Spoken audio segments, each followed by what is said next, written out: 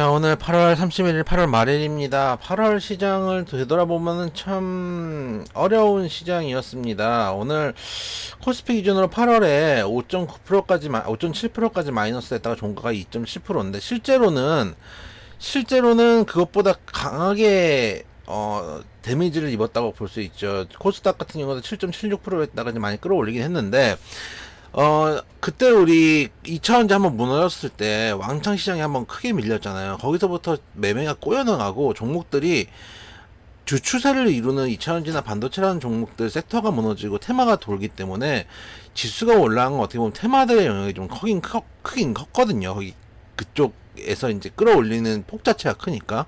근데 실제로는 테마를 따다니다가는 여러분들이 대부분 재미를 못 보셨을 가능성이 높습니다. 실제로 테마는 움직인 다음에 양봉을 보고 따라 들어갔는데 변동성이 장중에 크니까 실제로는 그걸 다 감당을 못하는 경우들이 많이 있거든요. 그러다 보니까 실제로 재미없는 경우들이 있고, 실제 뻗는 종목들도 있지만은 가다가 윗꼬리 내는 종목들도 수두룩합니다. 그렇기 때문에 8월 장은 참 어려운 장이 아니었나라는 생각이 듭니다.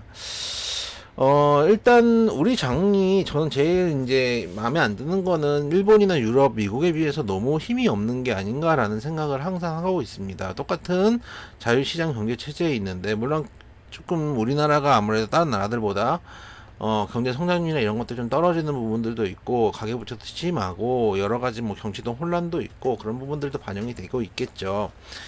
그런 부분들 좀 있어서 이제 수급들이 외국인들이 강하게 넣어주지 않고, 오늘 같은 경우도 코스닥은 좀 들어왔는데, 코스피가 좀 들어올 것 같으면은 선물에서 빠지고, 오늘 같은 경우는 선물에서 좀 들어오고, 선물에서 외인이 한 2천억 정도 매수세가 들어왔는데, 반면에 코스피에서 2,100억 나갔으니까 계속 이제 보면은 현물에서 최근 흐름은 외인들이 현물에서 매도를 치고 선물에서 매수를 하는 그런 상황이 벌어지고 있거든요. 그래서 그 얘기는 이제 개별 종목은 매도를 치고 지수는 그래도 산다 정도의 흐름일 수도 있습니다. 왜냐하면 지수만 보면은 제가 말씀드린 것처럼 어느 정도 바닥은 잡고 일단 2600대 박스권이라고 보면 2600대 중반까지는 열려있는 상황이거든요. 그렇기 때문에 지수는 좀 사볼만 한데, 개별 종목들로 승부 보기에는 좀 재미가 없고, 또 아무래도 차익 거래들도 좀 있을 거고, 그런 측면들을 좀 생각했을 때 외인들이 좀 강하게 수급을 넣어주는 상황은 아니고, 해서 매매하기가 좀 어려운 8월이 아니었나라는 생각을 많이 하고 있고, 9월은 그래도 좀 반등장이 어쨌든 2650까지 간다고 쳤을 때 반등장이 좀 펼쳐질 수도 있지 않을까라는 마음을 좀 가지고 있습니다. 오늘 같은 경우도 지수는 어떻게 보면은 크게 빠지진 않았는데, 상승 종목이 942종목, 하락 종목 1441종목으로 하락 종목이 500종목 정도 많은 상황이었습니다. 그러니까 결국은 여러분들이 가지고 있는 포트에서 대부분은 하락했을 가능성이 높다는 얘기겠죠. 오늘 로봇 테마가 또 테마죠. 강한 모습이었습니다. 삼성 반도체 공정에서 로봇을 사용할 수 있다는 뉴스가 돌았기 때문에 로봇 테마가 가있고, 초전대체 같은 경우는 지금 생각보다 많이 안 빠졌는데, 신성電機가 9% 정도 빠졌는데,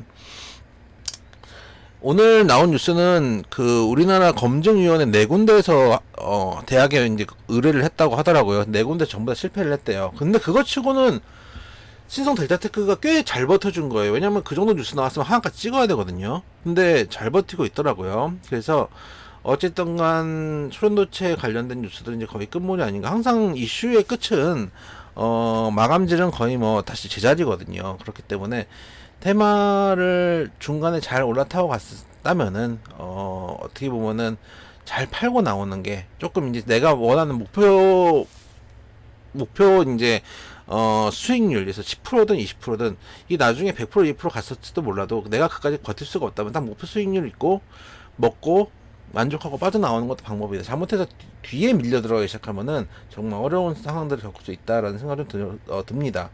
그래서 이제 오늘도 이제 테마가 좀 돌다 보니까 메인이 돼야 될 반도체나 2차원지 혼조세를 보여줬습니다. 오늘 같은 경우에 삼성전자가 한 0.3% 하락, 그래도 하이닉스가 좀 올랐고 2% 정도 상승을 해주는 모습이었고요. 2차원지 같은 경우 에코프로가 0.7% 상승했지만 에코프로 BM 보합 정도, LNF 1.8% 하락.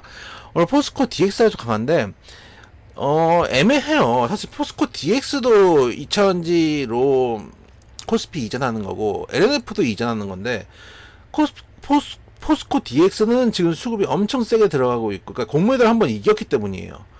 근데 LNF는 계속 공매도에 당하고 있어요. 그러니까 한번 LNF도 수급이 강하게 들어와서 공매도를 잡아 먹어줘야 돼요.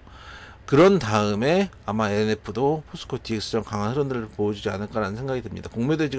공매도가 지금 에코프로에 당했고 포스코에도 당했기 때문에 LNF처럼 또 공매도가 많이 들어가 있는 종목들은 어떻게 해서든 공매도가 일반 수급들을 이겨내려고 할 겁니다. 그런 점들이 있지만 결국은 수급이 들어와서 또 섹터 내 순환매가 된다면은 다시 또 한번 LNF 쪽도 강한 수급을 좀 보여주지 않을까라는 생각을 하고 있습니다. 어쨌든 간 오늘 저녁 때 PCE 발표되고요. 시장이 어떻게 방향성을 잡는지가 중요합니다. 방향성을 잡기 위해서는 아까도 말씀드렸다시피 단기 태양보다는 반도체 현재 나서야 된다 라는 말씀을 좀 드려보도록 하겠습니다. 2600대 중반까지는 일단은 자리가 있으니까 올해 이번 달은 그래도 조금 긍정적으로 펼쳐지지 않을까라는 기대 해보도록 하겠습니다.